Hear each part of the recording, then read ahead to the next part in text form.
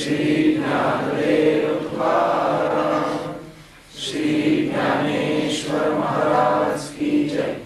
परमहंस सद्गुरु स्वामी स्वरूपानंद महाराज की जय। परमहंस सद्गुरु स्वामी माधवनाथ महाराज की जय। सब संतन की जय जय जय रघुवीर समर्थ। येथ एकची लीला करले, जे सर्व भावे मज भजले, तया ऐलीच थडी सरले माया जळ। जया सद्गुरु तारू पुढे, जे अनुभवाचे कासे गाढे, जया आत्मनिवेदन तरांडे आकळले, जे अहंभावाचे मोझे सांडूनी, विकल्पाचिया झुळका चुकावूनी, अनुरागाचा निरुता होऊनी पाणी ढाळू। जया ऐक्याचिया उतारा, बोधाचा जोडला तारा, मग निवृत्तीचिया पैल तीरा झेपावले जे, ते उपरतीच्या वावी सेलत, सोहम भावाचे नि थावे पेलत, मग निघाले अनकळित निवृत्ती तटी। या होईपर्यंत आपण आलेले होतो। माया नदी ओलांडून जाण्यासाठी म्हणून जी अत्यंत दुरत्यय आहे, म्हणजे ओलांडून जाण्यासाठी कठीण अशी आहे, अशी माया नदी ओलांडून जाण्यासाठी म्हणून उपाय काय आहे, कशा पद्धतीने प्रयत्न करायला हवे, ते ज्ञानेश्वर महाराज सांगतायत। त्याच्यातली ही शेवटची ओवी आहे। उपरती म्हणजे विषयाच्या संबंधी वैराग्य, अंतःकरणामध्ये विवेक निर्माण झाल्यामुळं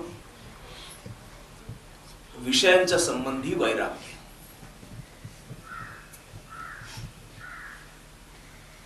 आणि हे वैराग्य सहज असल्यामुळं इंद्रियांच्या आणि विषयाच्या सेवनामुळं इंद्रियांकडून मनाला जे बळ प्राप्त होतं, विषयांच्या संबंधीचं बळ, तर ते बळ इंद्रियांची आणि विषयांची विवेकाने ताटातूट केल्यामुळं, विवेकाने इंद्रियांची आणि विषयांची भेट घडवून न दिल्यामुळं वैषयिक बळ मनाला प्राप्त न होणं, आणि त्यामुळं मनाची सहजच शांत स्थिती राहणं। एरवी मन हे रजोगुणी आहे, ते रजोगुणामध्ये म्हणजे विषयामध्येच रमत राहील। पण असं मन शांत होणं, इंद्रिय वैराग्याच्या मुळे शांत होणं, वैराग्याला विवेकाचं बळ असणं, आणि त्यामुळे त्याचा स्वाभाविक परिणाम म्हणून मन देखील शांत होणं। दृश्य आणि अनुश्रविक अशा विषयांपासून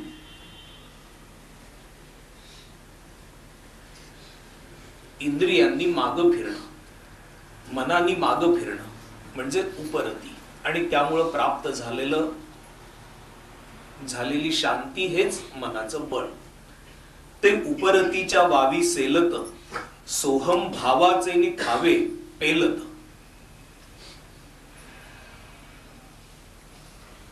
वैराग्य आणि मनाची शांती अशा दोन हातांनी पोहत ते उपरतीच्या वावी सेलत, सोहम भावाचे नि थावे पेलत। आणि सोहम भावाच्या बळाने जसं पोहताना शरीर पाण्यावर पेलणं आवश्यक आहे, तसं सोहम भावाच्या बळाने या माया नदीच्या वर आपल्याला पेलून राहणं। मग निघाले अनकळित निवृत्ती तटी।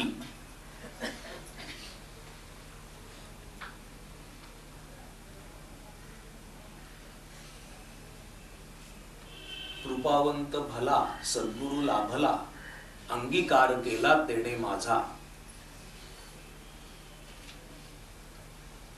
सद्गुरु मोठे कृपावंत आहेत, त्यांनी माझा अंगीकार केला. आणि अंगीकार करून त्यांनी काय केलं तर सोहम मंत्र गुज सांगितले. सोहम मंत्र गुज त्यांनी सांगितलं. हा सोहम मंत्र म्हणजे काय आपण मागच्या वेळेला पाहिलं.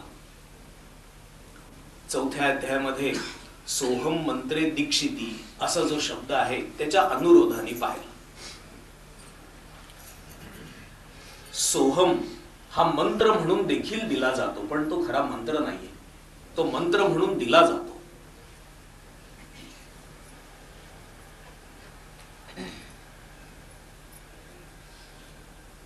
अशा करता दिला जातो की त्या मंत्राचं अनुसंधान ठेवून, अवलंब करून, आलंबन धरून साधकांनी वस्तुस्थितीला म्हणजे आपण आत्मा आहोत या स्थितीला प्राप्त व्हावं म्हणून युक्ती म्हणून सोहम हा मंत्र म्हणून सांगितला जातो. वस्तुतः सोहम हा मंत्र नाही,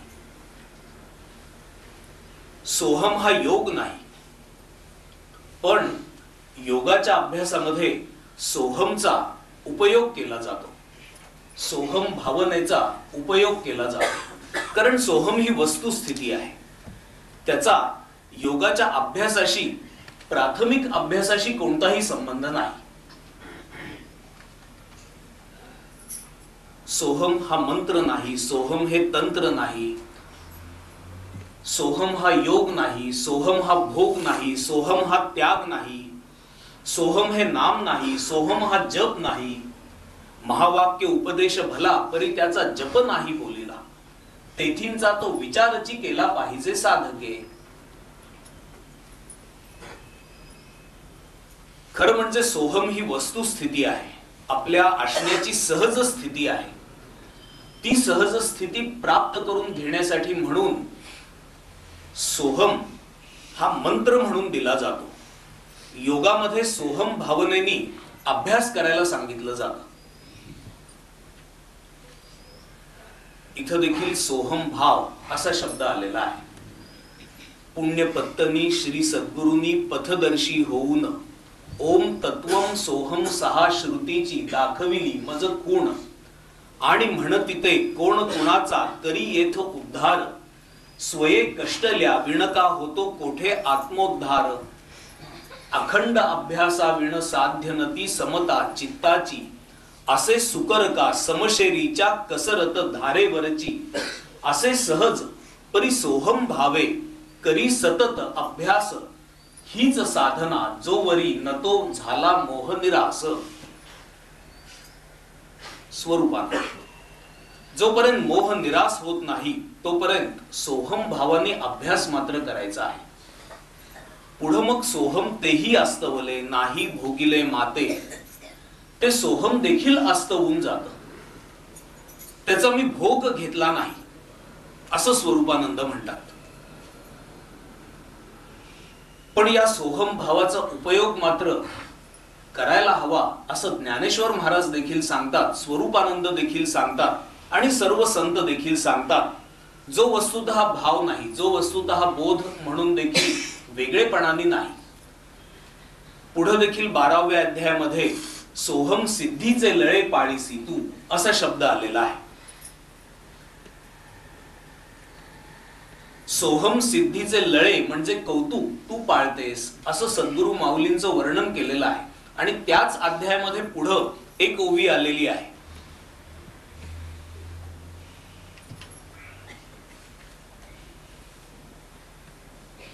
जेथ सोहम बोध हा अटकू मोक्ष सुखा लागोनी रंकू झणे तेथील झणे तयांच्या दृष्टीचा कळंकू लागेल तुझी आ प्रेमा.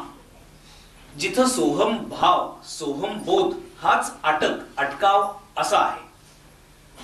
कारण जोपर्यंत सोहम भाव धरणारा वेगळेपणाने कोणीतरी आहे तोपर्यंत तो अटकावच आहे. म्हणून ज्ञानाच्या अंतिम अवस्थेमध्ये सोहम भाव देखील राहत नाही.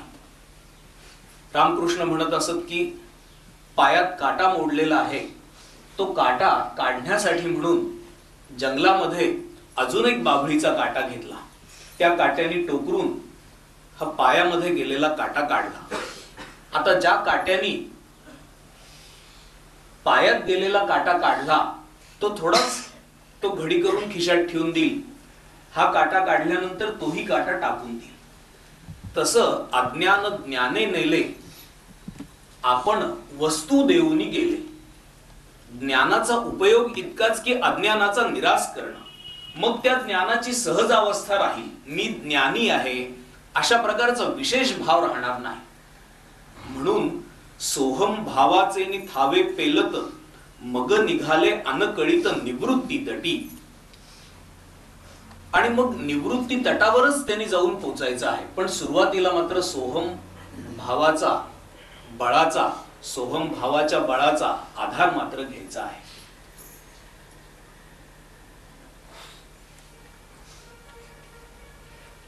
ते उपरतीच्या वावी सेलत, सोहम भावाचे नि थावे पेलत.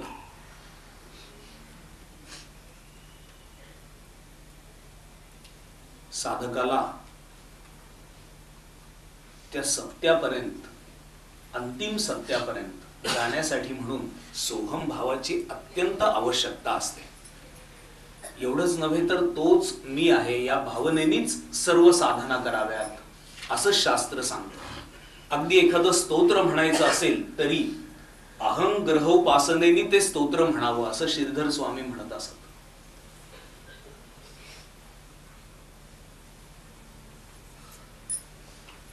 अथ ध्यानम ध्यायेदाजानुबाहुम. आपल्याच ठिकाणी कल्पना करायची, आपल्याच ठिकाणी अंतर्यामी तो अजानुबाहू आहे, बाहेर कुठं आहे असं नाही. आपल्याच ठिकाणी अंतर्यामी तो राम बसलेला आहे आणि रामरक्षा म्हणायची.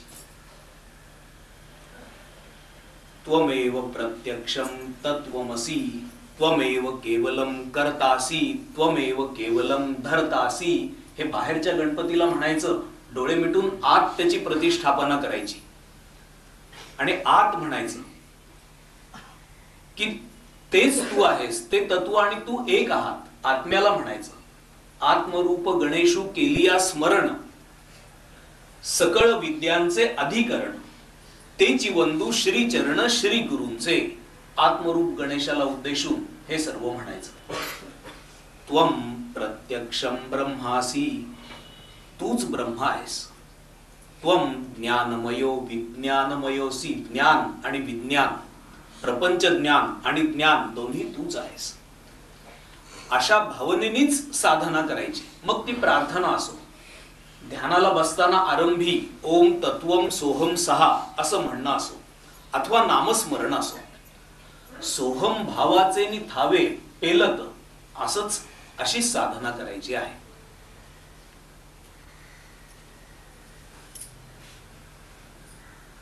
आपल्याला परमात्म्याला जाऊन मिळायचं आहे. परमात्म्याने आपल्यामध्ये सामावलेला आहे मला, या भावनेनेच प्रार्थना करायची आहे. याच्या खेरीज दुसरा कोणताही उपाय नाही. ओम पूर्णमदः पूर्णमिदं पूर्णात् पूर्णमुदच्यते पूर्णस्य पूर्णमादाय पूर्णमेवावशिष्यते. ते पूर्ण आहे, परमात्म तत्व पूर्ण आहे, हे जगत देखील पूर्ण आहे. पूर्णमदः पूर्णमिदं. आणि या जगतामध्ये मी देखील आहे, स्तोत्र म्हणणारा. मी कोणीतरी तटस्थ वेगळा आहे असं नाही. पूर्णात् पूर्णमुदच्यते पूर्णस्य पूर्णमादाय पूर्णमेवावशिष्यते. या पूर्णामध्ये जर पूर्ण मिसळलं तर पूर्णच त्याचं उत्तर असतं. कारण हे दोन्हीही पूर्णच आहेत. आणि पूर्णामधून जर पूर्ण काढून घेतलं, परमात्म्यामधून जगत काढून घेतलं, तरी पूर्णच शिल्लक राहील. या आत्म्यामधून देह काढून घेतला तरी आत्मा पूर्णत्वाने शिल्लकच राहील.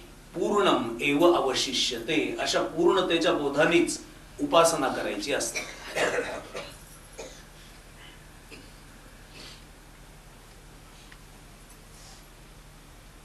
तो परमात्मा सच्चिदानंद स्वरूप आहे. तो परमात्मा सच्चिदानंद स्वरूपानी सर्व जगामध्ये भरून राहिलेला आहे, आत बाहेर. अर्थात सच्चिदानंद स्वरूपानी तो माझ्या ठिकाणीही ओतप्रोत भरून राहिलेला आहे. मीही परमात्म्यासारखा सच्चिदानंद आहे. तो परमात्मा निरामय आहे. त्याची निरामयता या दृश्य विश्व असताना देखील जशीच्या तशी आहे. अर्थात माझ्या ठिकाणी देखील मीही विश्वाचा घटक असल्यामुळं माझ्या ठिकाणीही त्याची निरामयता ओतप्रोत भरून राहिलेली आहे. म्हणून मी देखील निरामय असा परमात्मा आहे. त्या परमात्म्यामुळं सूर्य, चंद्र, तारे प्रकाशित झालेले आहेत. तो परमात्मा सर्व ठिकाणी व्यापून राहिलेला आहे. अर्थात तो परमात्मा माझ्या ठिकाणीही व्यापून राहिलेला आहे, ओतप्रोत भरून राहिलेला आहे. म्हणून परमात्म्यामुळं म्हणजे तत्वतः माझ्यामुळं हे चंद्र, सूर्य, तारका प्रकाशित झालेले आहेत. एकदा स्वामी रामतीर्थ अमेरिकेमध्ये जेव्हा प्रवचन करत होते, तेव्हा प्रवचनानंतर काही पत्रकारांनी त्यांना विचारलं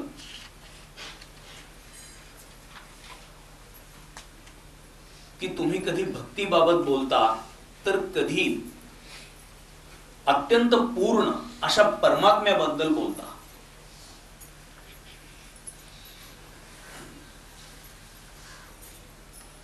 तुम्ही कधी परमात्म्याला प्राप्त करण्यासाठी म्हणून साधना सांगता तर कधी आपणच परमात्मा स्वरूप आहोत असं निरूपण करता.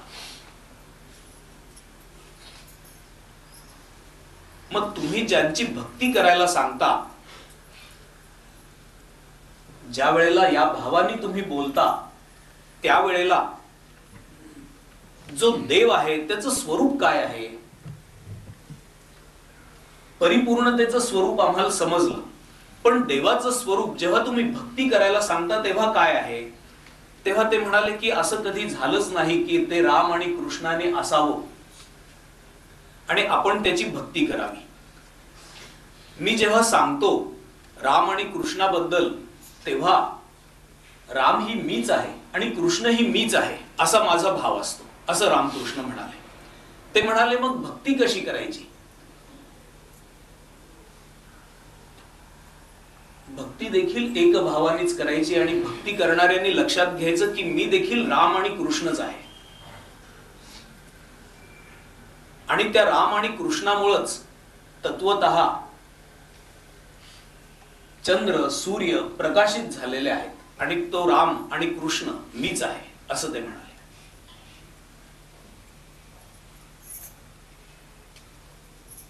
तेव्हा तिथले पत्रकार न समजून म्हणाले की ते राम आणि कृष्ण ज्याचं वर्णन आम्ही ऐकतो तर ते पूर्वीच कधी होऊन गेलेले आहेत.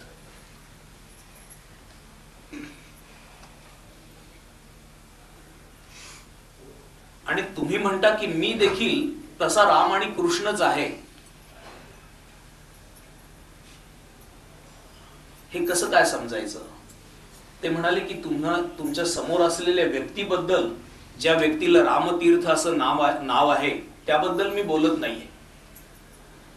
मी एका शुद्ध जाणीवेबद्दल बोलतोय की ती जाणीव आणि राम आणि कृष्ण यांची जाणीव एकच होती. त्या राम आणि कृष्णांमुळेच तत्वतः भक्तीच्या मार्गाने गेल्यावर लक्षात येईल की चंद्र आणि सूर्य त्याच्यामुळेच प्रकाशित झाले, अर्थात माझ्यामुळे प्रकाशित झाले. पण तुमच्या समोर असलेली तीही व्यक्ती नव्हे, त्यांना ही भाषाच कळत नव्हती.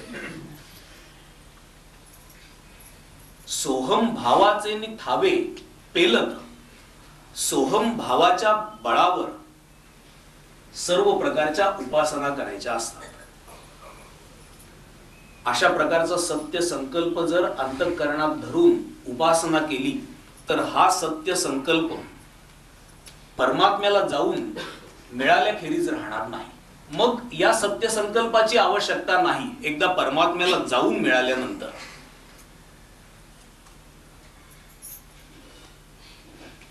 एकदा गंगा सागराला मिळाल्यानंतर मग गंगेला आणि सागराला एक सागर म्हणूनच ओळखलं जाईल. मग गंगा म्हणून वेगळेपणाने तिने आपल्या स्वतःचं स्मरण ठेवण्याची आवश्यकता नाही, ती राहणारच नाही.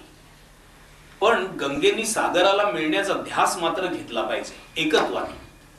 मिळवणी मिळतची असे समुद्री गंगा जळ जैसे, तसं जीवानी सोहम भावामुळं, सोहम भावाच्या साह्याने परमात्म्याशी एकरूप होण्याची आकांक्षा मात्र धरायला पाहिजे. ही साधना आहे.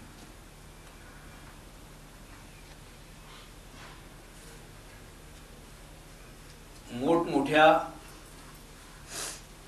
पर्वतांची देखील शहामत होत नाही की ज्या पाण्याच्या ठिकाणी समुद्राला जाऊन मिळण्याची आकांक्षा व्यक्त झाली, निर्माण झाली, अशा पाण्याला अडवण्याची शहामत मोठमोठ्या पर्वतांच्या ठिकाणी नसते.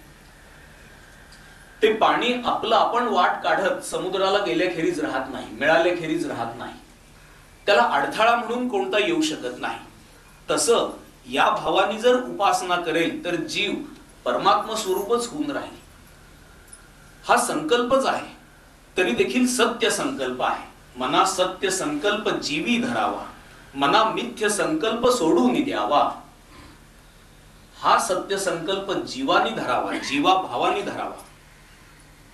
आणि मिथ्या संकल्प आहे, मी देह इत्यादी, संसार खरा आहे असं मानणारा मिथ्या संकल्प तो सोडून द्यावा. या सत्य संकल्पामध्ये फार जबरदस्त ताकद आहे. हा सत्य संकल्प अवघडात अवघड असे अडथळे भेदून वर आले खेरीज राहत नाही. मोठमोठे खडक, कातळ आपण प्रवासात जाताना आपल्याला दिसतं की केवढाले डोंगर आणि त्याच्यावर केवढे मोठमोठे कातळ असतात, त्याचे थरच्या थर असतात. जर छिन्नी आणि हातोडीने प्रयत्न करायला लागलं तर ते कातळ तुटणार नाहीत, असे कठीण कातळ असतात. पण त्याच्या अंतर्यामी जर एखादं बीज सामावेल आणि ते बीज अंकुर धरण्याची आकांक्षा करेल तर त्या कातळाला देखील भेगा पडलेल्या आहेत असं लक्षात येतं. मोठमोठे कातळ देखील फुटलेले लक्षात येतात. आपण प्रवास करताना पाहतो की त्याची मुळं जी आहेत त्या मुळांनी ते दगड देखील फोडलेले आहेत, दुभंगलेले आहेत आणि त्याची मुळी पसरलेली आहे दगडांमध्ये.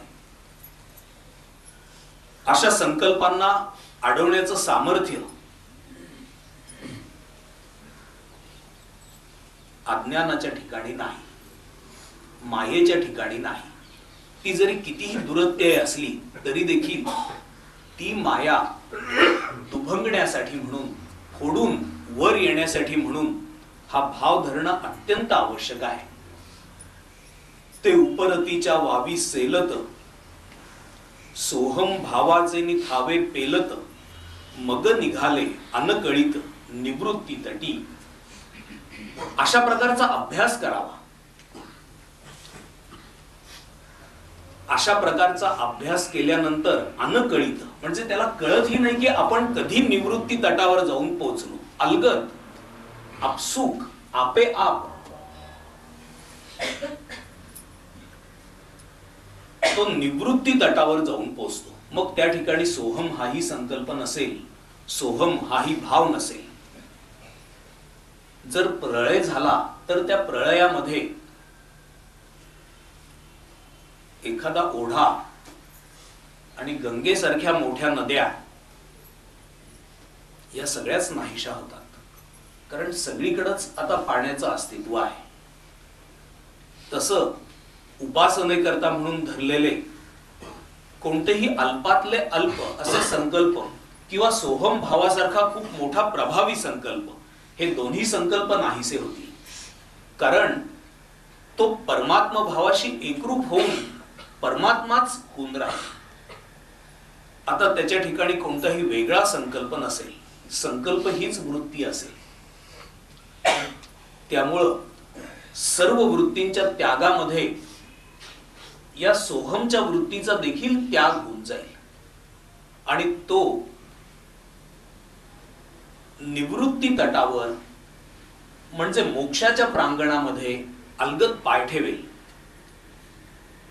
ते उपरतीच्या वावी सेलत, सोहम भावाचे थावे पेलत, मग निघाले अनकळीत निवृत्ती तटी. येणे उपाये मज भजले. या उपायांच्या साह्याने जे मला भजले. आपण भक्ती कशाला म्हणतो आणि ज्ञानेश्वर महाराज भक्ती कशाला म्हणतात? सांप्रदायिक प्रवचन, सांप्रदायिक कीर्तन, सांप्रदायिक प्रतिपादन सोडून भगवंत काय म्हणतात, ज्ञानेश्वर महाराज काय म्हणतात भक्तीला, भगवंत काय म्हणतात, ज्ञानेश्वर महाराज काय म्हणतात योगाला, भगवंत ज्ञानेश्वर महाराज कर्माला काय म्हणतात, भगवंत ज्ञानेश्वर महाराज संन्यासाला काय म्हणतात, हे पाहायला पाहिजे.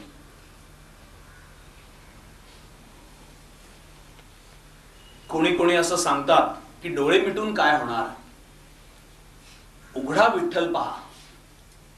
सांप्रदायिक कथन आहे. कोणी म्हणतात की डोळे उघडून कसा काय त्याला पाहणार, फक्त ध्यानानेच ते प्राप्त होईल. सांप्रदायिक कथन आहे. कोणी असं म्हणतात की कर्मानीच केवळ ते प्राप्त होईल, कर्मा करताच हे सर्व सांगितलं गेलं. सांप्रदायिक कथन आहे. कारण आत्मज्ञान हेच प्रधान आहे. मोह निरसना करता आत्मज्ञानाचा उपदेश केला हे प्रधान आहे. मोह निरसन झालं आणि आत्मज्ञान झाल्यावर सहज कर्म करेल, केवळ कर्म करण्यासाठी म्हणून सांगितलेलं नाही. सांप्रदायिक कथन आहे. अशी सांप्रदायिक कथन किंवा मतांचा अभिनिवेश बाजूला सारून जर पाहिलं तर मुख्य काय सांगितलेलं आहे ते सहज लक्षात येतं. अवघड काही नाही. येणे उपाये मज भजले, ते हे माझी माया तरले, परी ऐसे भक्त विपाईले बहुवस नाही. पण असे भक्त फार थोडे असतात. यांना भक्त असं नाव दिलेलं आहे.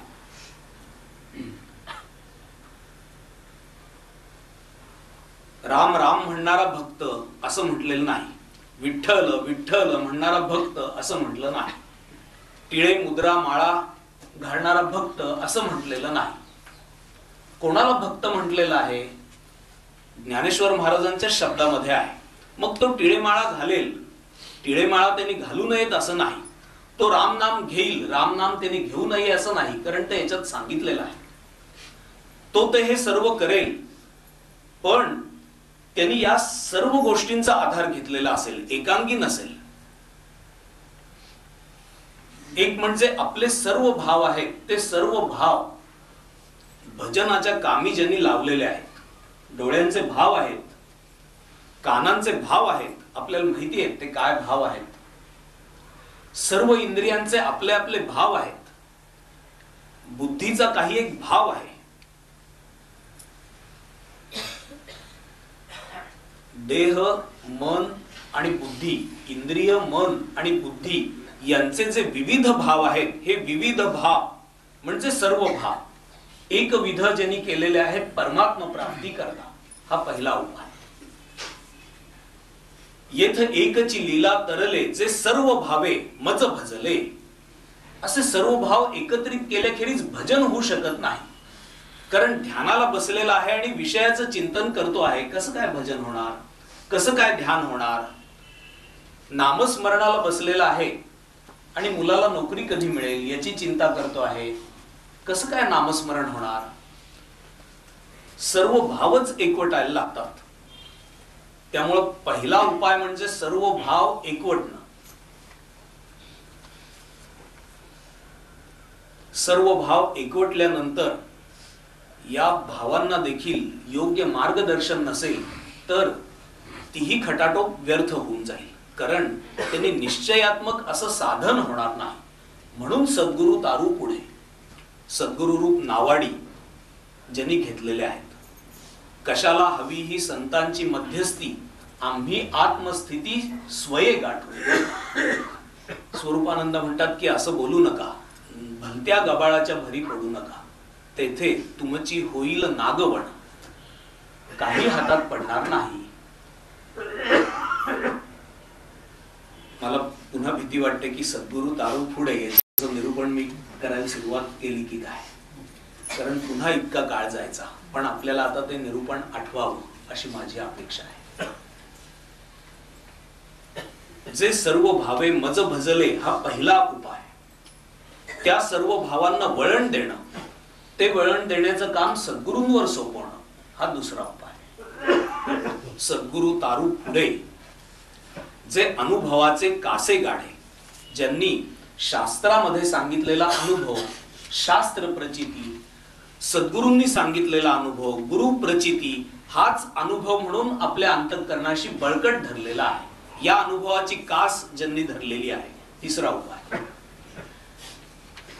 जया आत्मनिवेदन तरांडे आत्मले, ज्यांनी आपल्या स्वतःचं निवेदन करायचं ठरवलेलं आहे, समर्पण करायचं ठरवलेलं आहे. आत्मनिवेदन तेची जाणावे, काया वाचा मनोभावे, सद्गुरूंचे पाय सेवावे, सद्गती कारणे. निवेदन म्हणजे समर्पण.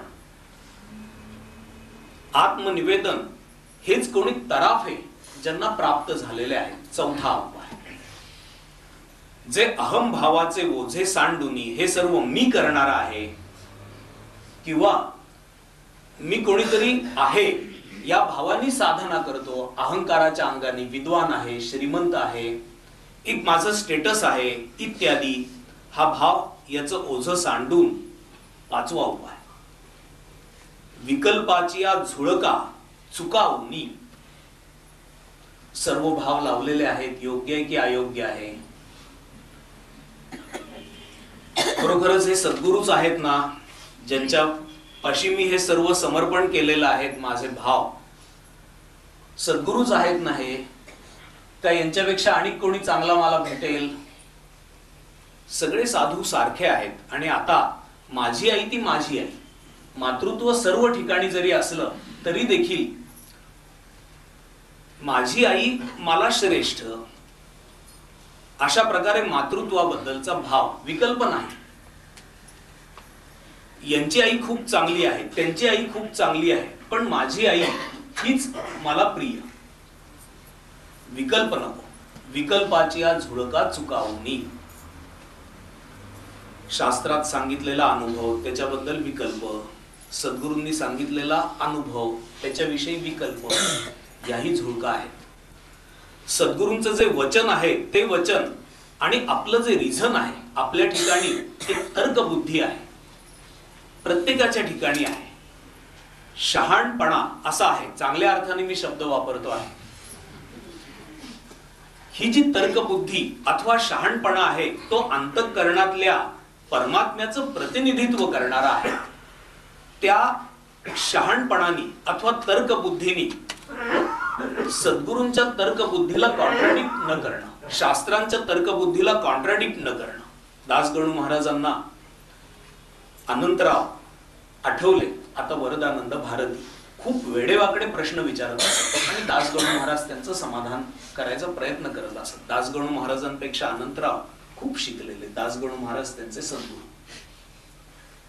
दासगणू महाराज उत्तर देत असत. एकदा त्यांनी त्यांना असं सांगितलं की अनंता, मी तुला सांगतो की तुझ्या बुद्धीचा उपयोग हे सगळं कसं चूक आहे किंवा बरोबर असेल ना, किंवा माझ्याकडून याची नेमकी उत्तरं घेणं याकरता न करता, किंवा मी सांगितलेल्या उत्तराला फाटे फोडून पुन्हा माझ्याकडून उत्तरं घेण्यासाठी न करता, तू शास्त्रामध्ये जे सांगितलेलं आहे ते कसं बरोबर आहे त्याकरता तू त्याचा उपयोग कर. विकल्पाची या झुळका चुकावणी हा नेमका उपाय आहे. आत्मनिवेदन मी करतो आहे, काया वाचा मनोभावे मी शरण गेलेलो आहे. माझं जे काही आहे ते मी समर्पण केलेलं आहे. माझ्या बुद्धीचं वैभव सद्गुरूंच्या कीर्ती करता म्हणून खर्ची केलेला आहे. माझं अंगीभूत गुण आहेत, ते अंगीभूत गुण त्यांचं कार्य वाढावं यासाठी मी खर्ची घातलेले आहेत. माझ्याकडं माझं म्हणून जे काही आहे ते त्यांचं आहे असा मानसिकरित्या भाव मी धरलेला आहे. त्यांना काही द्यायची आवश्यकता नाही आणि त्यांनीही सर्व घ्यायची आवश्यकता नाही. तरी देखील वेळ आली तर मी सर्व देईन असा पूर्ण मानसिक भाव ज्यांनी धरलेला आहे आणि याबद्दल ज्याला विकल्प नाही ते मागणार नाहीत, काळजी करायचं कारण नाही. आणि आपणही देणार नाही, काळजी करायचं कारण नाही. कारण या सर्व गोष्टी घेऊन ते काय करणार आणि त्यांना देऊन, प्रत्यक्षतः देऊन आपण काय करणार, हे सगळे प्रश्न शिल्लक राहतात.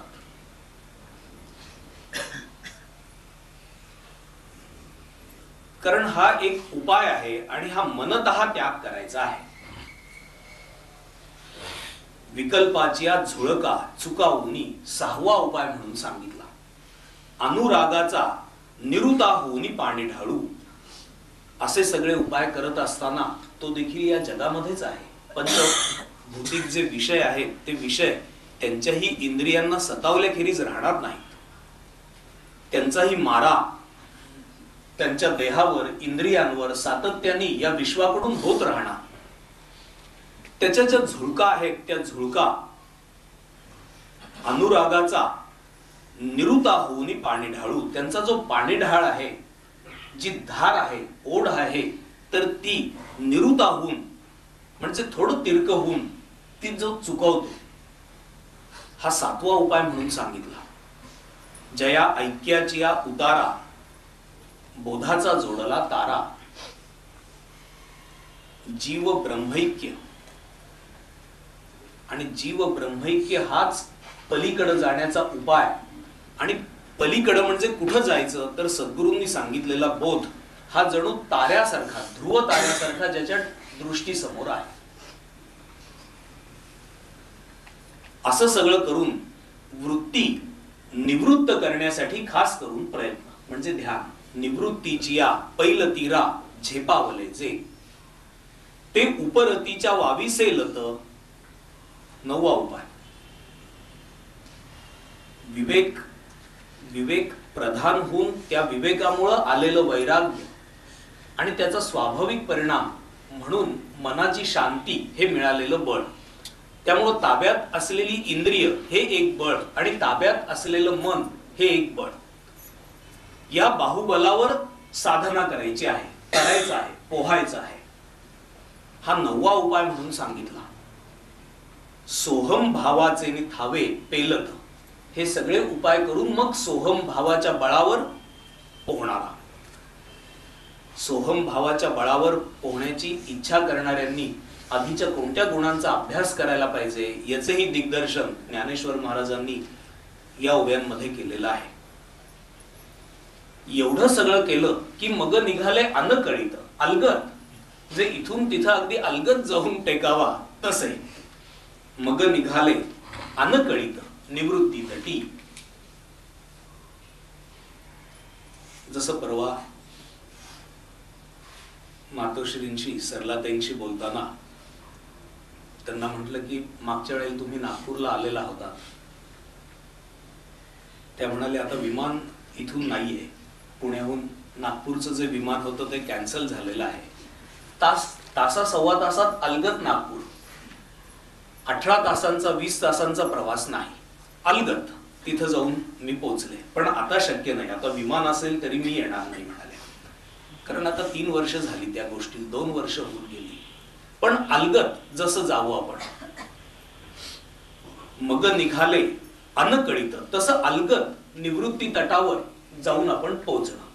मग त्या निवृत्ती तटावर या काहीच गोष्टी नसतील, हा अर्थ याच्यात अभिप्रेत आहे. मग सर्व भावे, सर्व भाव अगदी कॉन्सन्ट्रेट करणं हे निवृत्ती तटावर नाही. जेव्हा पहिलीकडे गेले तेथोनी परतोनी पाहिले तो पाणीच आटले काही नाही. त्याच्या पलीकडे गेल्यानंतर एवढे कष्ट आपण केलेले होते, सहज स्थिती प्राप्त झाल्यानंतर आश्चर्य वाटतं की कशापासून आपण निवृत्त होत होतो, कशाच्या ठिकाणी प्रवृत्त होण्याची आकांक्षा धरलेली होती सोहम भावानी. गुरु वाक्यावर विश्वास ही तर वस्तुस्थिती आहे. विश्वासाचा प्रश्न कुठे येतो? जेव्हा माहित नव्हतं तेव्हा विश्वासाचा प्रश्न होता. अशा प्रकारे ज्या उपायांनी आपण पोहत म्हणून गेलो, मोठं बळ अंगी धारण केलं, ते उपाय म्हणजे वाव, व्यर्थ अशा गोष्टी होत्या. हे निवृत्ती तटावर गेल्यावर कळणार. मग तिथं सोहम ही सिद्धी देखील नको असं वाटायला लागेल. त्या ठिकाणी विवेक, वैराग्य या गोष्टी व्यर्थ होऊन जातील. कारण या गोष्टींची सहज अवस्था झालेली असेल, त्यांनी जो बोध प्राप्त व्हायचा त्या बोधात तो रममाण झालेला असेल. आता सगळ्या गोष्टी संपल्याच. निवृत्तीच्या पैल तटावर तो जाऊन पोहोचला. येणे उपाये जे भजले, अशा उपायांनी हे 10 उपाय आणि 11वं निवृत्ती तट. जे भजले ते हे माझी माया तरले, ते माझी माया तरुण जी बुडवते ती तरुण पलीकडे गेले.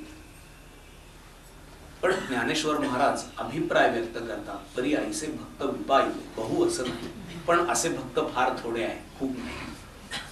आता जो पुढचा विषय आहे तो पुढचा विषय या गोष्टींना आधार धरून आपण पाहायचा आहे. आता भक्ती म्हणजे काय हे आपण पाहणार आहोत. भक्ती म्हणजे एवं गुणविशिष्ट, याच्या बाहेर आता आपल्याला जायचं नाही.